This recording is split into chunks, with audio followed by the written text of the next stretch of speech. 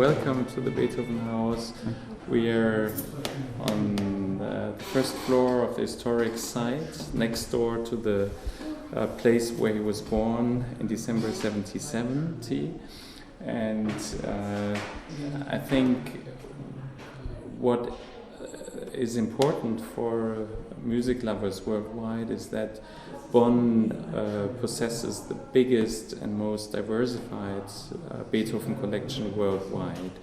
And our aim is to give a historically informed approach to Beethoven through the scores, the autographs that we treasure, through 70% of the authentic portraits that are still known of Beethoven portraits that were made while he was alive, like this sculpture that we're standing, that is next to me, and through the historic instruments that are in our collection.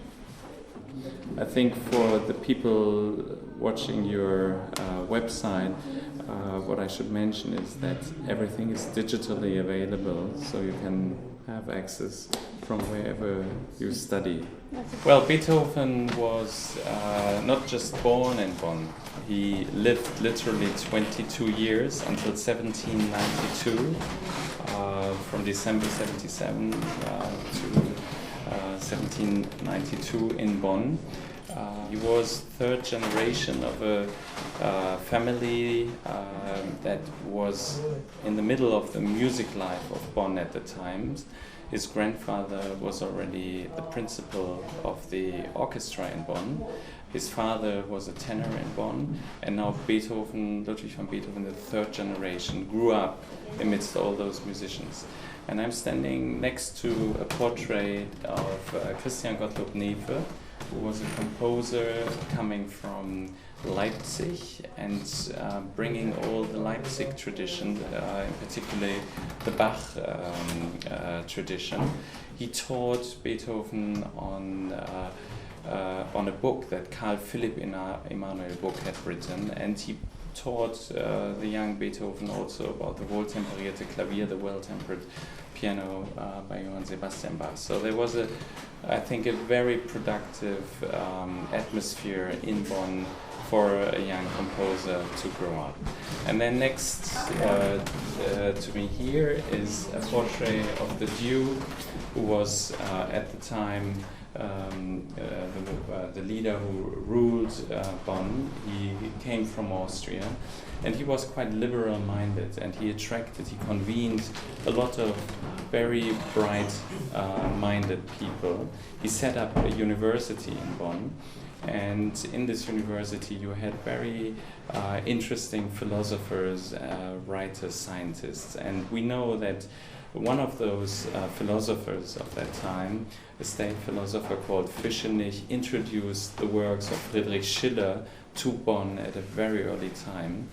And we know from various sources that Beethoven at a very young age already started to think about putting Ode to Joy into music. And that's very interesting, that a lot that we relate to the late Beethoven was already in a way influenced and stimulated at his time where he lived in Bonn.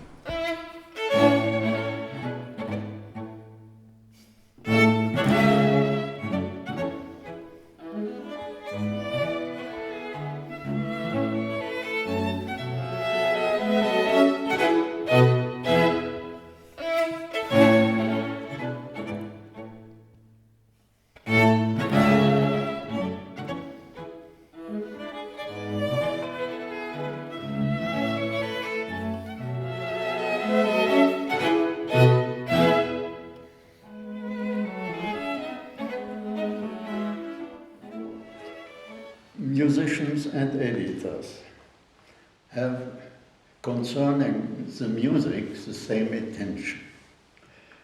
Quartet players want to play the composition exactly according to the intentions of the composer. And editors want to support them by presenting an edition in the same intention of the composer, and we call it original version or wood text. To find the intention of, let's speak from Beethoven only, his intention are the so-called sources for us. Sources are authentic documents of his will in concerning his composition. And these are autographs, his own writing of the work, and the copies he controlled and corrected. These are the holy documents, yeah? And a lot of them is here in the Beethoven House. And you will have later the possibility, the occasion, the rare occasion, to find them. I will show you exactly this bar. We have here the facsimile of Opus 132, 132.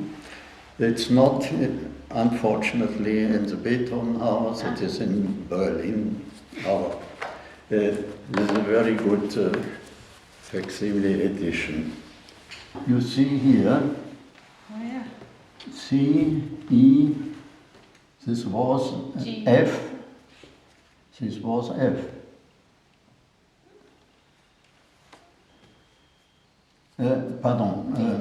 G, yeah, G, F here. Yeah. Yeah, no, that's Ah, not G, not A, only this, right, it's yeah. A, yeah, Yeah. that's A. Yeah. Yes. And later on, you see Beethoven corrected it. And he actually wrote Yeah, it, yeah. this is that what you have to play now, Yeah. it's his intention. And you would like to play Well, G, when you're F. so used to it, it's hard to come back. Yeah. Every first violin wants to play game, yeah. But unfortunately, it is his will.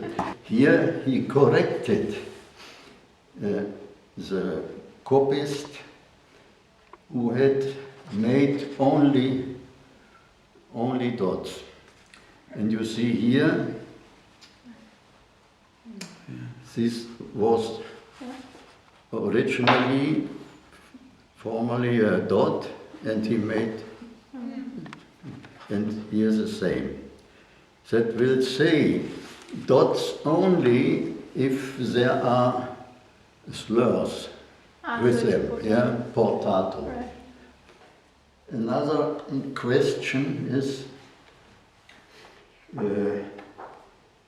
what does mean col punto d'arco? Oh yeah. Yeah. Nobody knows.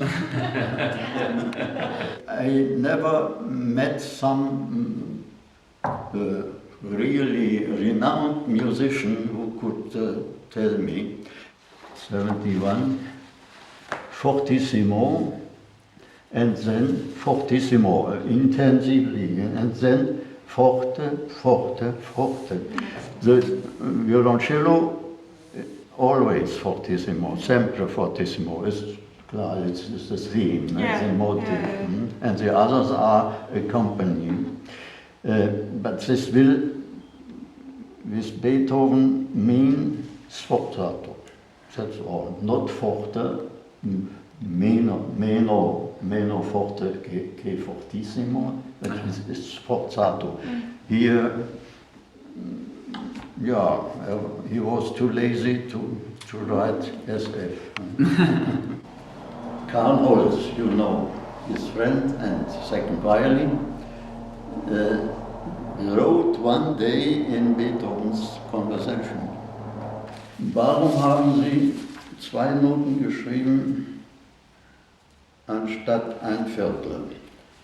Unfortunately, Beethoven didn't write his answer, but on the same is written 2 notes without lines, maybe written by Beethoven. It rests a little bit of mystery, but I personally am convinced it should be da, di. Also very intensively the first note, but not da da, da da, da da. 135, his last quartet. We have, you can say, fortunately, the score, autograph, and the copy of the parts by Beethoven himself. You have 3 versions, ta-da-da-dim, ta-da-da-dim, and ta-da-da-dam. Yeah. It is inconsistent also in cases where the violin, for the first violin, plays ta-da-da-dim and the other ta-da-da-dim.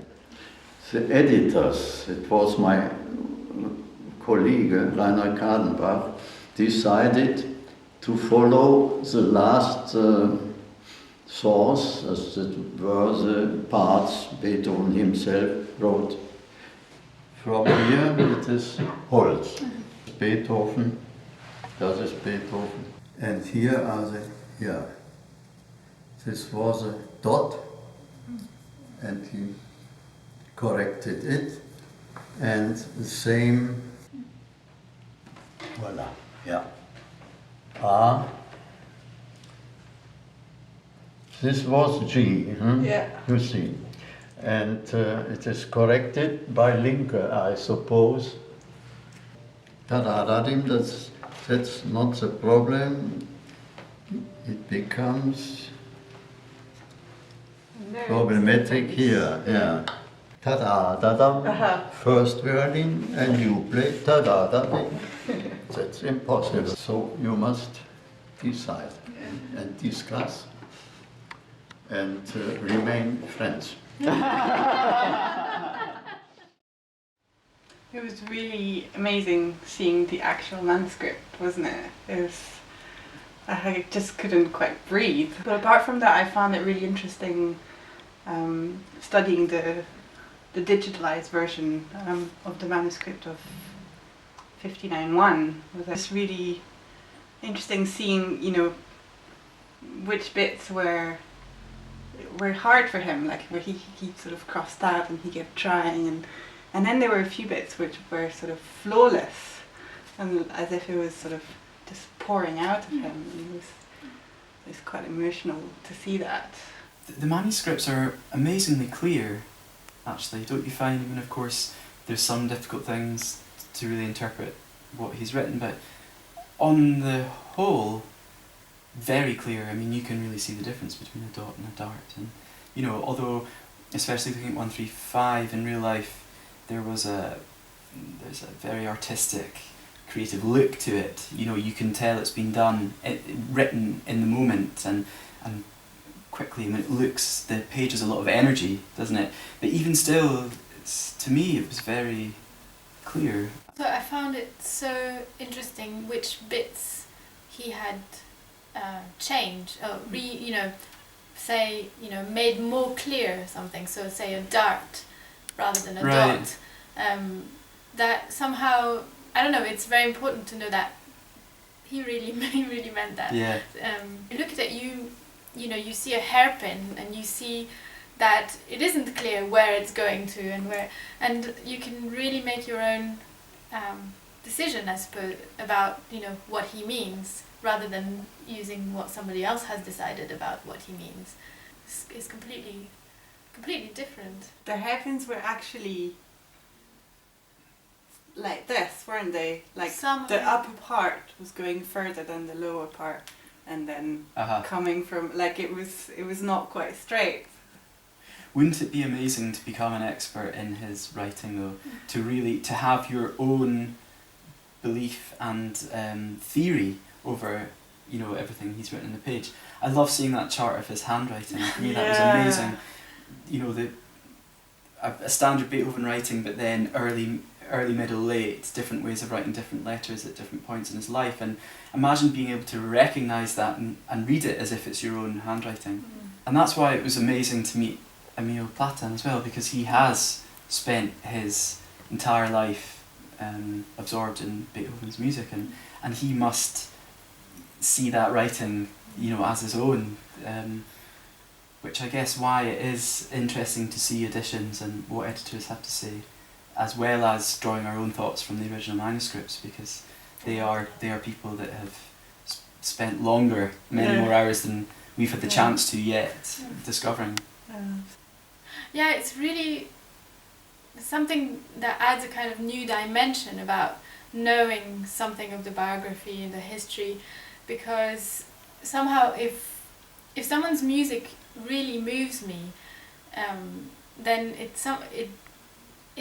it goes without saying that I kind of want to know about them as a person and what they felt and, you know, what happened in their life. I mean, I can think of, for example, when we play 59.3, there was a really long time where I couldn't quite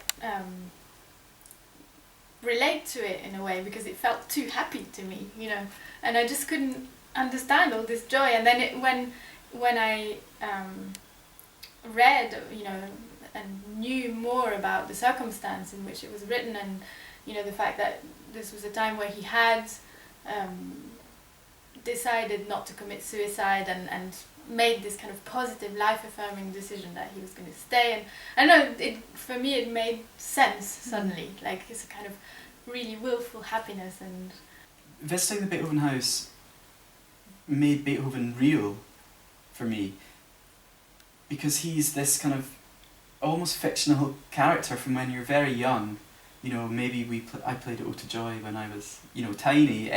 Most people do know that tune, and but seeing, you know, a house that he grew up in, for me seeing his life mask, that was incredible, because I mean it was so, you could see every pore on his face, you could see every mark in his skin, and, you know, it was a real face, you know, and I find that very moving.